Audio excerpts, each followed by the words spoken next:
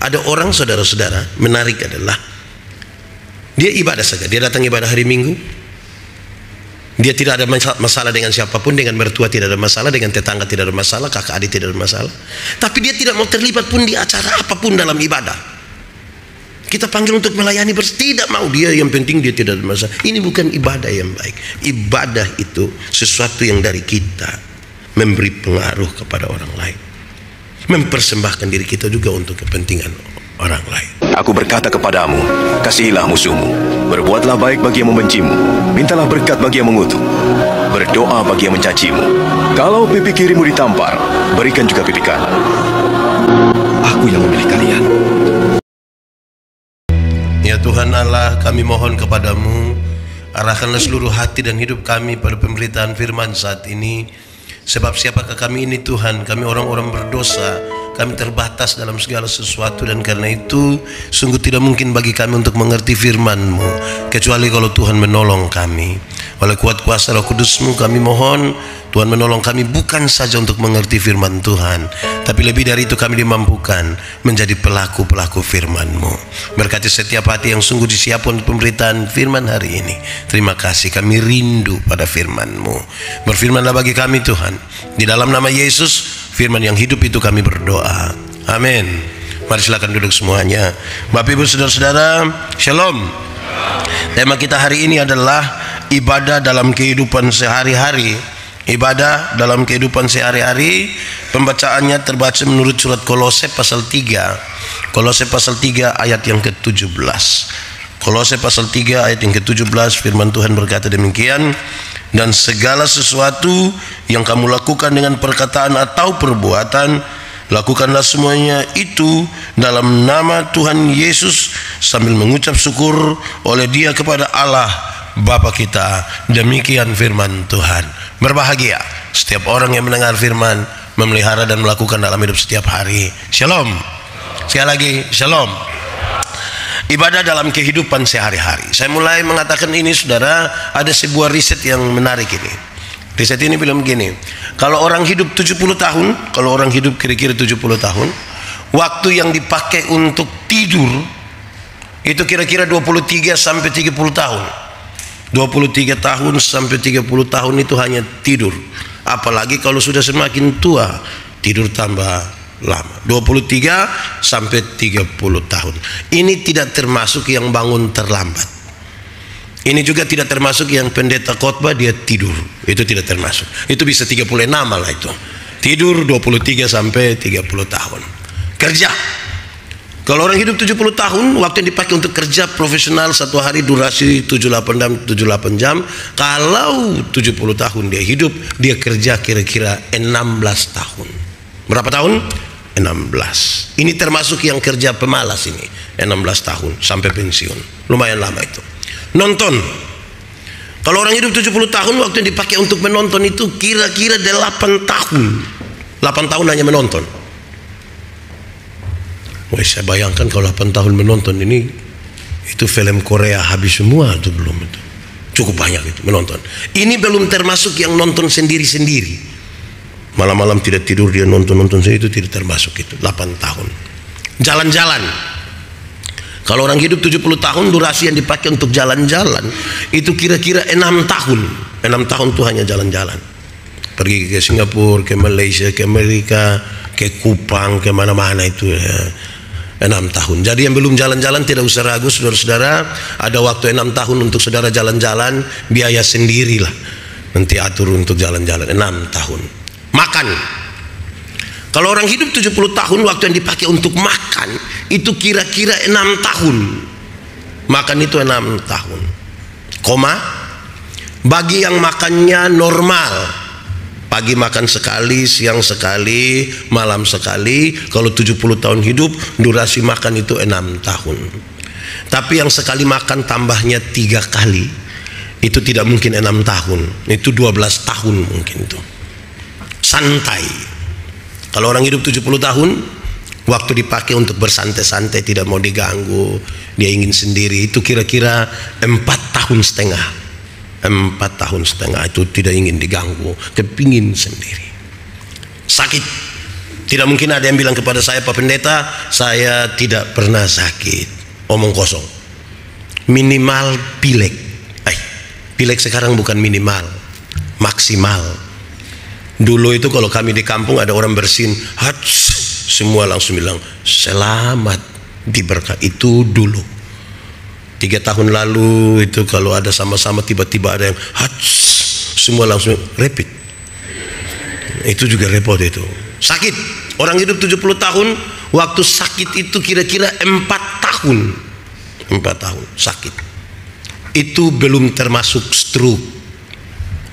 Tidak juga termasuk sakit hati. Saudara kalau pernah putus cinta dan tidak segera move on, itu bisa sakit hati dari tamat SMA sampai mati.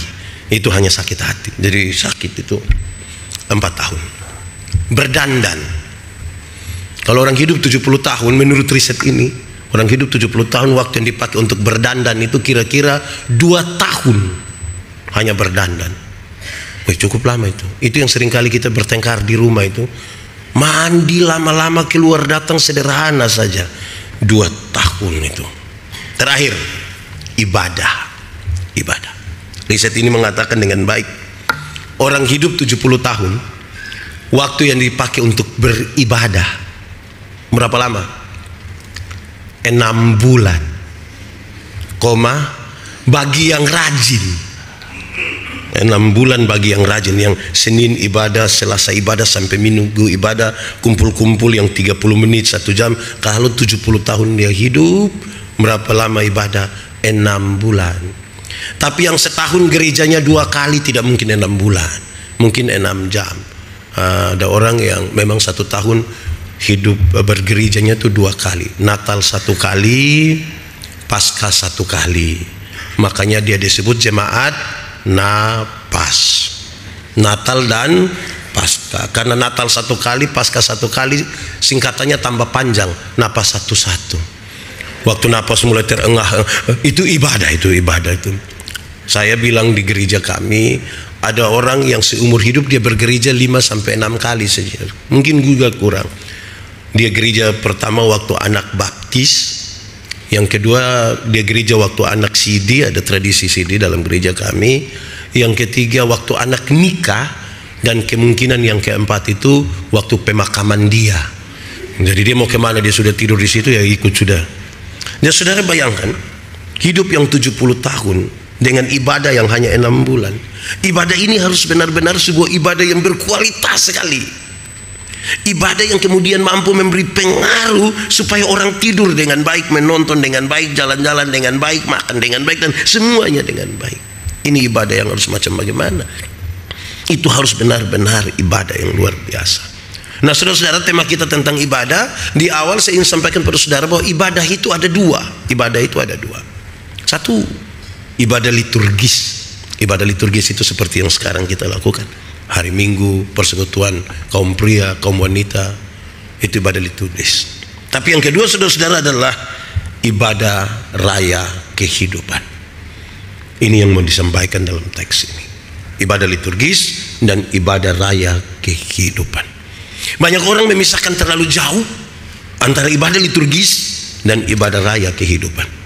Sehingga dalam ibadah liturgis dia mungkin sangat berapi-api sekali.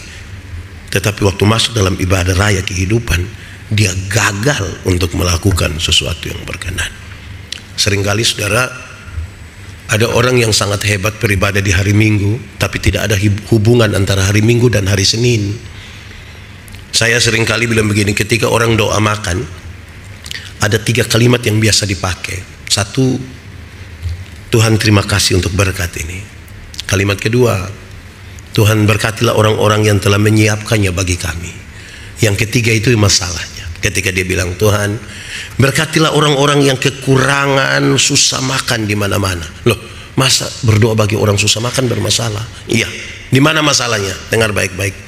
Kita sementara berhadapan dengan makanan 1 meja yang besar, tapi kita berdoa, Tuhan tolong urus mereka yang susah, karena saya mau habiskan ini makanan 1 meja ini.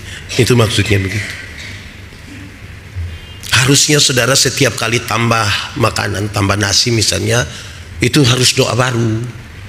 Di piring pertama berdoa, Tuhan terima kasih untuk berkat ini. Masuk piring kedua, lihat lama-lama itu nasi, terus berdoa lagi, Tuhan sebenarnya ini orang susah punya Tuhan, tapi saya ambil untuk saya makan. Ini sudah tambah 3 kali masih bungkus lagi, tapi minta Tuhan memberkati orang-orang susah. Tidak sinkron antara apa yang didoakan dan apa yang dilakukan kan? Jangan gemuk sendiri. Mestinya kita sadar bahwa di setiap berkat yang Tuhan kasih kita itu ada bagian orang punya. Kalau tidak nanti sore-sore ada yang tidur enak-enak, yang lain sementara pakai jaket lari keliling satu kota Jakarta. Tidak akan turun-turun itu badan itu, sampai kita mengerti bagaimana berbagi untuk itu. Nah, saudara-saudara, karena itu sama juga seperti persembahan. Saya sengaja mencatat ini supaya kita ingat baik-baik bahwa sama seperti persembahan itu ada 2. Satu, persembahan yang berkaitan dengan materi yang kita serahkan, tapi yang kedua adalah persembahan diri kita. Persembahan diri kita. Banyak orang memberi uang tapi tidak memberi diri. Makanya beberapa orang bilang pada saya, Pak Pendeta, saya memang tidak pergi ke gereja Pak, tapi saya punya persembahan pergi Pak. Di surga tidak ada kios jual Indomie itu.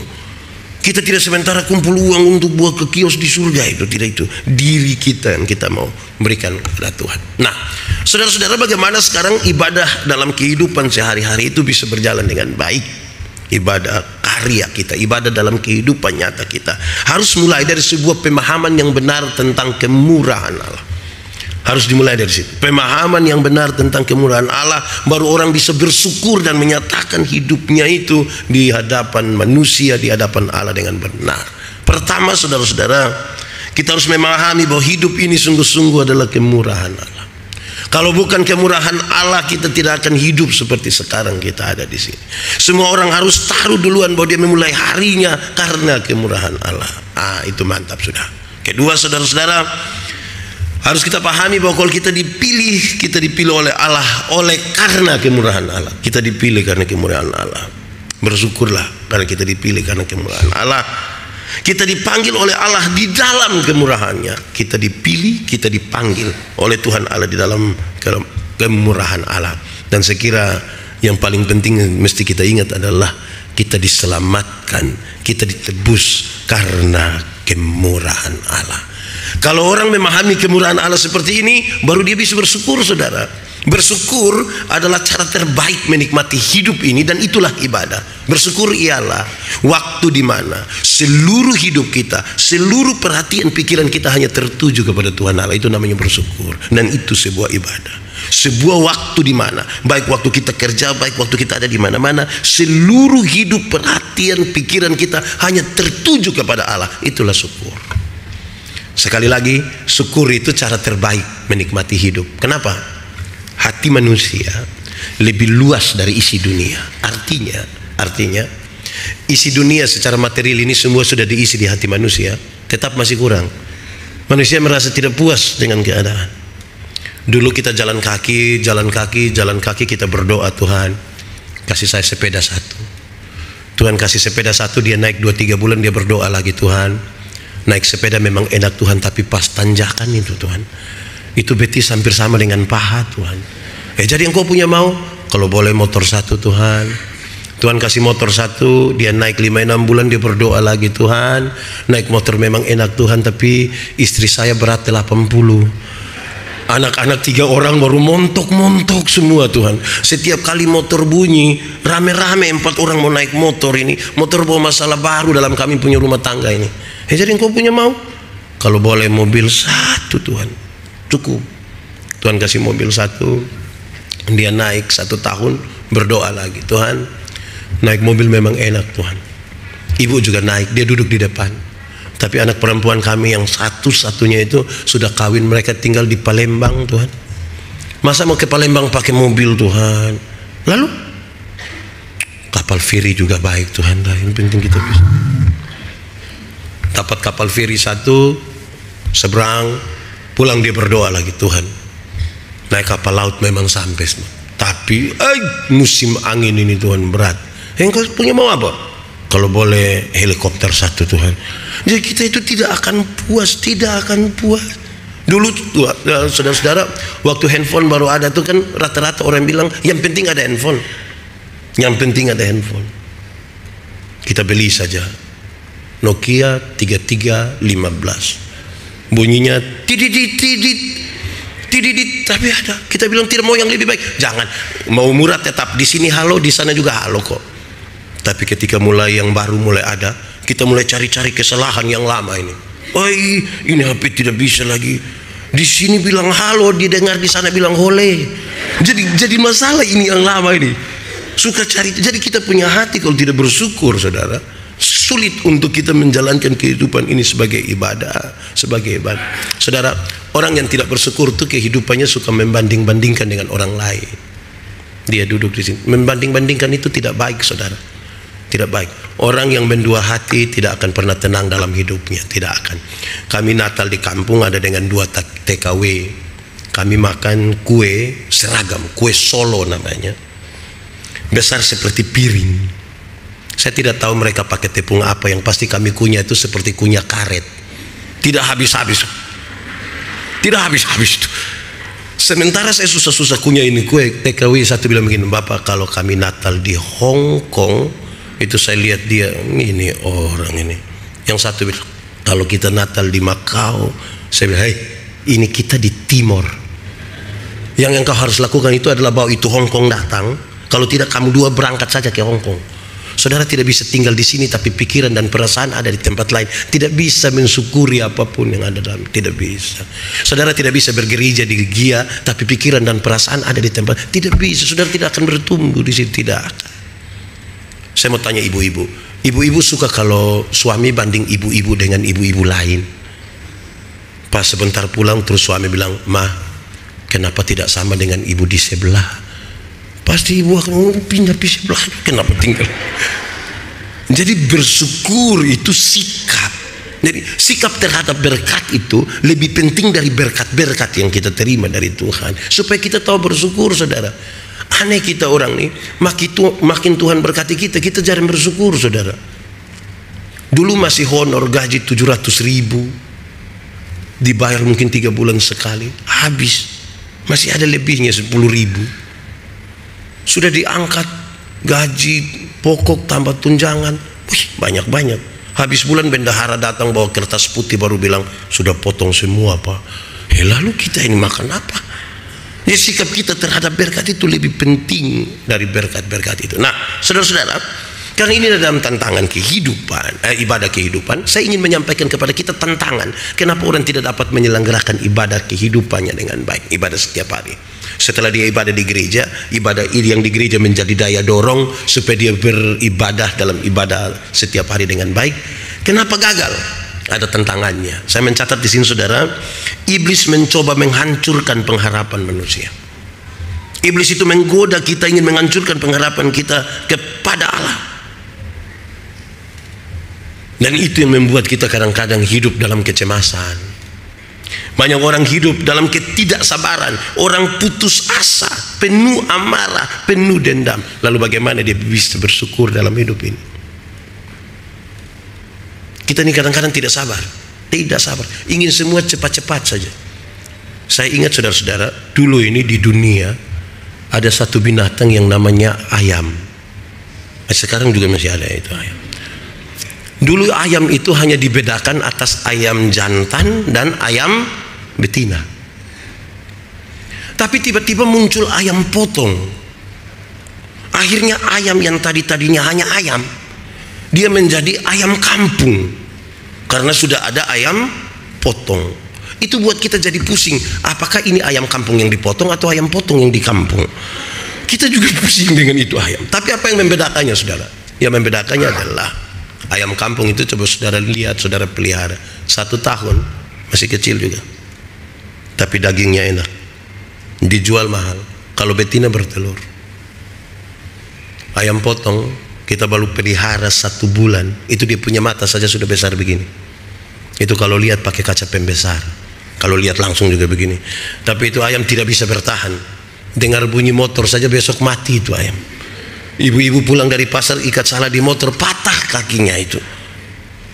Saudara, Tuhan Yesus itu satu saat iblis datang bilang begini, kalau engkau anak Allah, rubah batu ini jadi roti supaya engkau makan. Tuhan Yesus rubah atau tidak? Tidak. Dia lapar. Dia bisa rubah atau tidak? Bisa. Tapi dia tidak mau rubah. Dia tidak mau rubah. Bukan karena dia tidak bisa. Pertama, dia tidak mau ikut perintah iblis itu.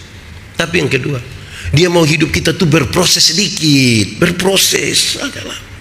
Masa mau makan roti saja pakai mujizat? Kalau buat roti pakai mujizat itu, maka tiap hari di toko bakery itu mujizat terus itu. Mujizat roti tawar lah, mujizat.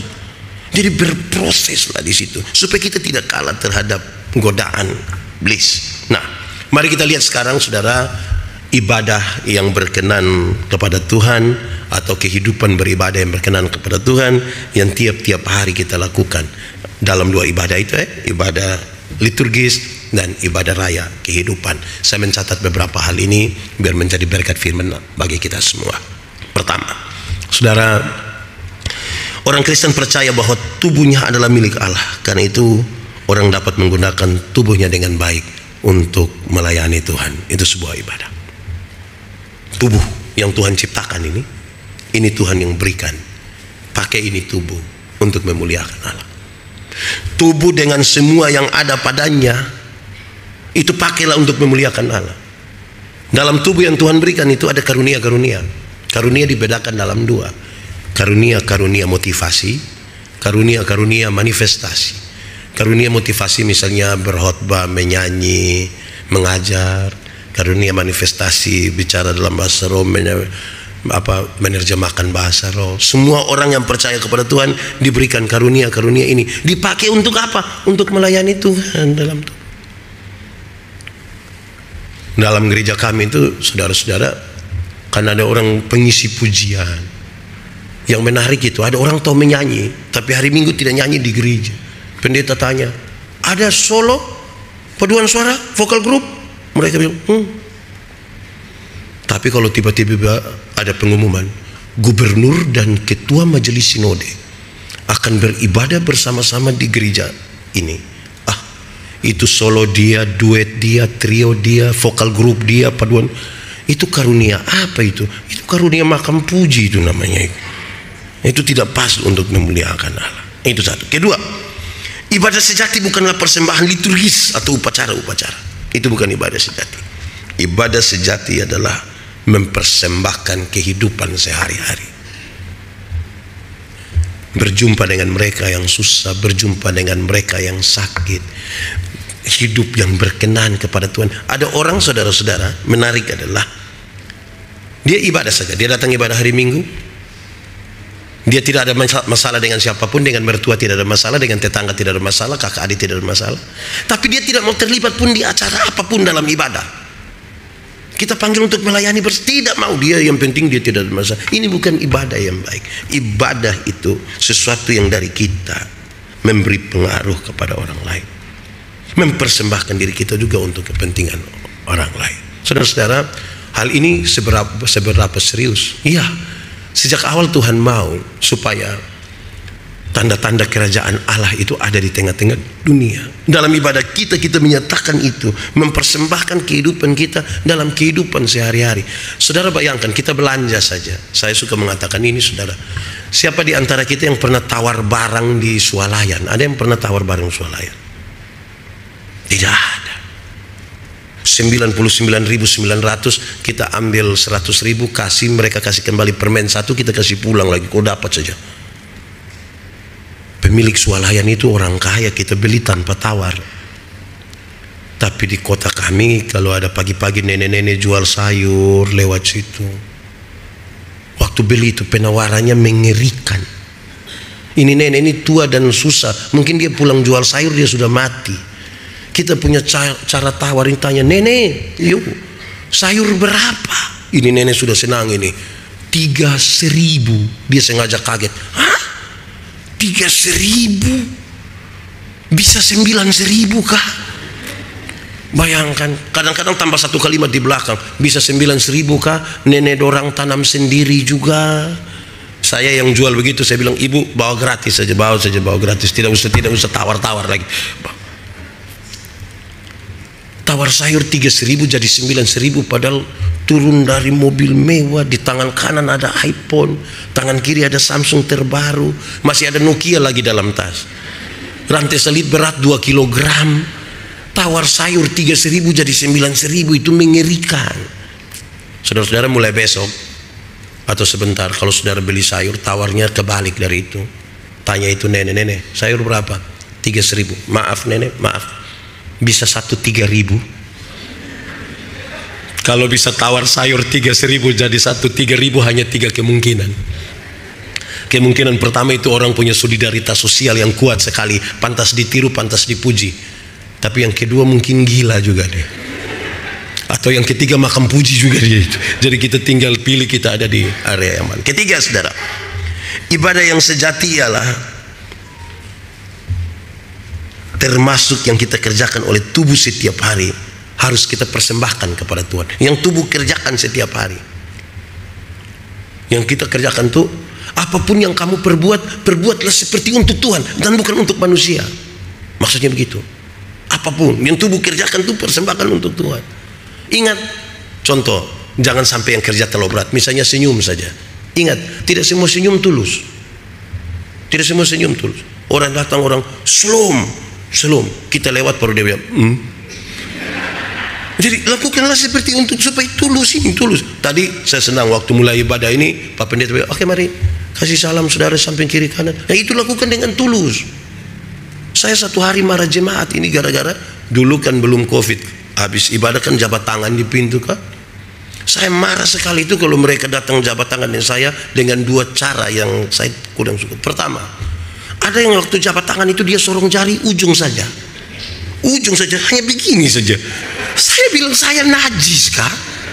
Kalau tidak mau ini dia sedikit saja. Itu tidak tulus itu. Mau pegang tangan ya betul-betul pegang tangan. Atau yang kedua, ada yang pegang tangannya dengan kita, dia bicara sama orang lain. Ya nanti saya, lalu saya tulus, bikin apa-apa tulus. Saudara-saudara, saya berkhotbah di bank-bank. Saya bilang begini, ini ibu-ibu yang kerja di bank ini cantik-cantik semua, cantik-cantik. Mau lihat jauh atau lihat dekat tetap cantik. Mereka pakai pakaian bagus-bagus lagi, kerja di dalam ruangan yang bagus, ber-AC, tertata rapi lagi. Kita pergi ke bank itu macam tidak mau pulang, macam mau lihat-lihat di ruang terus begini. Kita baru naik tangga terakhir, dengan santun sekali mereka bilang begini, selamat siang, ada yang bisa kami bantu? Terus saya tanya orang, ibu-ibu, siapa di antara ibu-ibu yang bangun pagi ketika lihat suami bangun, dia langsung bilang, selamat pagi, ada yang bisa kami bantu? Aduh, kita ini pencitraan sekali saudara kita. Karena itu saudara-saudara, lakukan kita pun hidup ini tulus atau saudara. Zaman sekarang ini saudara, kadang-kadang bantuan kita tuh mengerikan.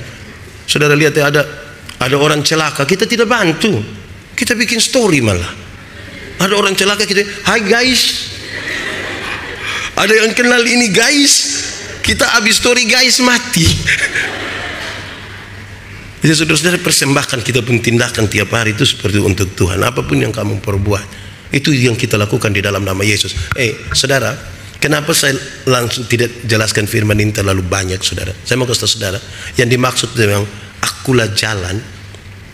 Kalau kita baca Yohanes pasal 14 ayat 6, Yohanes 14 ayat 12 yang begini, barang siapa percaya kepadaku, melakukan pekerjaan-pekerjaan yang aku lakukan. Akulah jalan itu. Tidak ada masalah yang tidak dapat diselesaikan dengan cara Tuhan.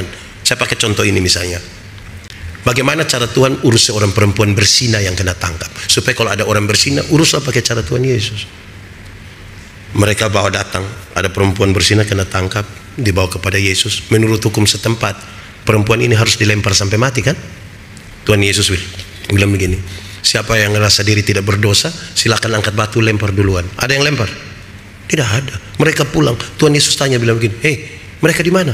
Sudah pulang. Terus Tuhan Yesus ucapkan kalimat ini. Tuhan Yesus bilang begini, engkau pergilah dan jangan berbuat dosa lagi. Kalimat itu, engkau pergilah dan jangan berbuat dosa lagi. Tuhan Yesus tidak kompromi dengan dosa. Dosa tetap dosa. Tetapi kepada perempuan pendosa ini, Tuhan Yesus beri kesempatan baru, bahwa masa lalu tidak bisa dirubah, tapi masa depan sekarang bisa dirancang di dalam nama Tuhan. Sekarang saya mau tanya bapak-bapak dulu, yang suami-suami dulu. Suami-suami yang di sini ini percaya Tuhan Yesus semua kah? Oke, pertanyaannya adalah, satu waktu ketahuan istrimu selingkuh, bisa uruskah pakai cara Yesus? Bisa bilang kepada ibu, bilang, mama, pergilah dan jangan berbuat dosa lagi, bisa kah? Saya yakin macam kami orang Timur ini tidak bisa. Pergilah dan jangan pulang lagi. Itu kita bisa ribut itu. Saya mau tanya ibu-ibu, satu waktu ketahuan suamimu selingkuh dengan teman kantor, bisa uruskah pakai cara Yesus? Bilang kepada suami, papa, pergilah dan jangan berbuat dosa lagi. Pasti papa bilang, puji Tuhan deh. Banyak ibu-ibu tidak begitu. Ketika tahu suaminya berselingkuh, dia berdiri di pintu. Apalagi kalau kami di kampung, dia berdiri di pintu berteriak. Dia bilang, kau kira kau sendiri yang bisa? Kau jangan lihat umur 40 tahun begini papa, tapi berapa yang kecewa. Ayo dong, kalau urusnya begini, ini kita gagal ini. Yang persembahkanlah tindakan sehari-hari, setiap hari. Mulai di rumah. Saya bilang kepada suami-suami, kalau kamu punya masalah dengan teman-teman kantor, tidak apa-apa. Pergi ke kantor, saudara kalau belum selesaikan bisa fokus di saudara punya pekerjaan, pulang lupa tahan.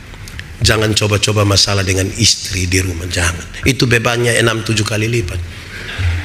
Beban saya, saudara bayangkan, karena mana tidak berbeban. Kita bangun tidur, dia ada di sebelah. Rambut belum sisir lagi. Kita ke dapur, ada dia di situ. Ruang makan, ada dia. Kita ke ruang tamu, fotonya paling besar di situ. Baru dia lihat kita begini lagi. Wah, saudara kalau tidak selesaikan dengan baik, bahaya. Saya mau tanya dulu. Ini ibadah setiap hari nih, supaya yang praktis-praktis saja kita bicara, supaya yang kita lakukan itu yang benar. Saya mau tanya dulu, mengalah itu baik atau tidak? Mengalah itu baik atau tidak? Yakinkah? Kalau begitu setiap kali suami istri bertengkar, siapa mengalah duluan? Suami atau istri? Istri atau suami? Kadang-kadang kita sama-sama tahu mengalah itu baik, tapi waktu bertengkar kita sama-sama tidak mau mengalah. Malam papa tidur di kebun. Kalau terpaksa tidur satu tempat tidur sama istri, papa hadap kanan, istri hadap kiri. Bicara atau tidak? Tidak. Bangun pagi, ibu tetap buat kopi, tapi tidak antar. Dia panggil anak kecil, terus dia bilang, kau antar kasih papa. Papa terima di ruang tamu, papa bilang, mama yang suruh kak. Terus ini anak dari ruang makan datang, dia punya mama panggil tanya, tadi papa bilang apa? Pernah alami itu saudara-saudara. Nah, bertobat sudah, pulang buat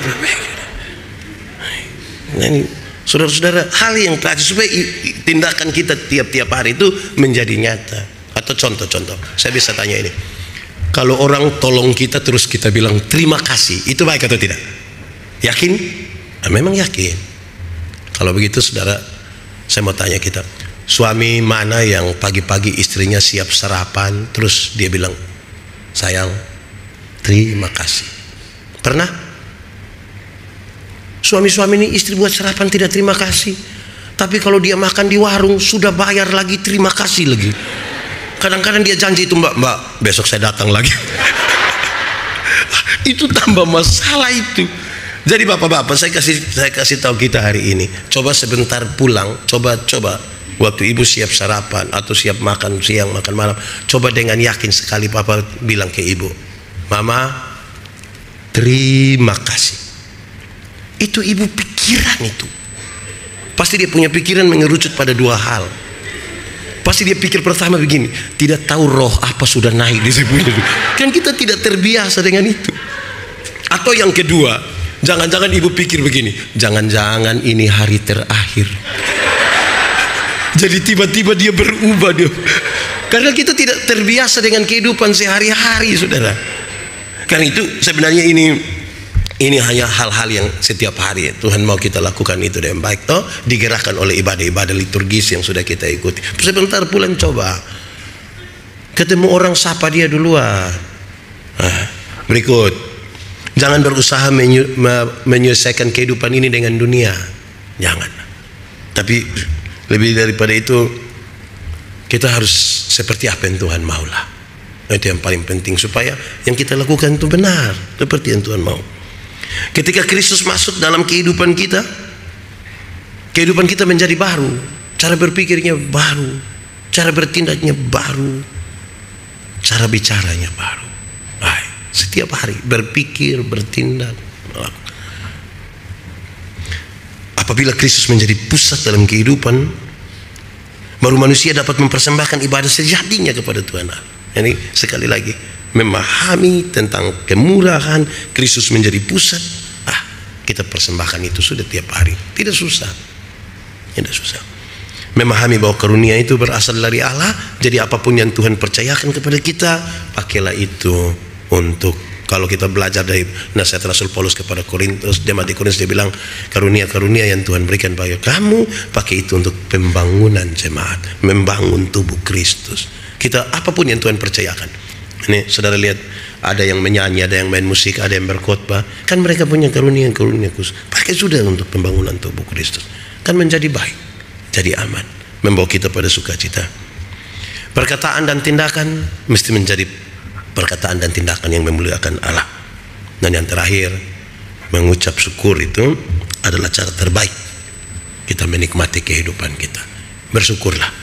Banyak orang tidak tahu bersyukur. Orang yang tidak tahu bersyukur itu, saudara-saudara, dia jalan kemana-mana itu ketemu satu orang, dia hanya begini, Pak Pendeta, hidup ini terlalu susah. Ya mati sudah kalau memang sudah terlalu susah itu. Kita masih Tuhan kasih kesempatan hidup ini. Mengucap syukurlah. Sekali lagi ku katakan, mengucap syukurlah. Tuhan memberkati kita. Mari kita berdoa. Ya Tuhan Allah, kami bersyukur untuk firman-Mu. Kami mohon kepadamu, tolong kami Tuhan. Firman-Mu baik bagi kami, tapi tolong supaya ini tidak menjadi euforia sesaat bagi kami. Kami rindu firman-Mu jadi pelita bagi kaki kami, terang bagi jalan kami. Kami rindu supaya kami betul-betul dalam tindakan, pikiran, perkataan kami, kemudian orang mengenal Kristus yang tinggal di dalam kami. Terima kasih, terpuji nama-Mu Bapa. Di dalam nama Yesus kami berdoa. Amin. Aku berkata kepadamu, kasihilah musuhmu, berbuatlah baik bagi yang membencimu, mintalah berkat bagi yang mengutuk, berdoa bagi yang mencacimu. Kalau pipi kirimu ditampar, berikan juga pipi kanan. Aku yang memilih kalian.